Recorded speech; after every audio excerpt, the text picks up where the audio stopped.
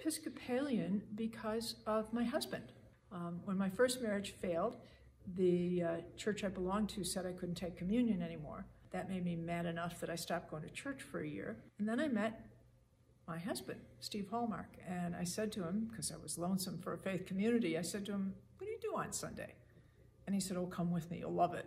So we showed up at St. Mark's, Capitol Hill in Washington, D.C. in June of '76. I walked in the building, and what went through my mind was, "Mom, I'm home." I knew nothing about Episcopalians except priests could marry, and they didn't have a pope, but that's all I knew.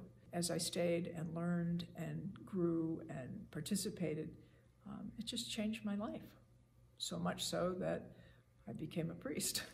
Probably the most amazing gathering of various types of people I've ever been around. It's the most open and inclusive, although I know that it isn't always that way, and I know that there are lots of places that aren't, but I have always found our congregations to be gatherings of just fascinating people, whether they have a lot of education or not much, or they would be called professional or not. They're just amazing, amazing people. I wish I could say that I chose to follow Jesus. It feels a whole lot more like Jesus chose to follow me or something like that. I was raised in the Roman Catholic tradition, met Steve Hallmark and came to the Episcopal Church, and sometime early in our marriage, I was standing looking out the window in our apartment, and I realized that Jesus was standing next to me.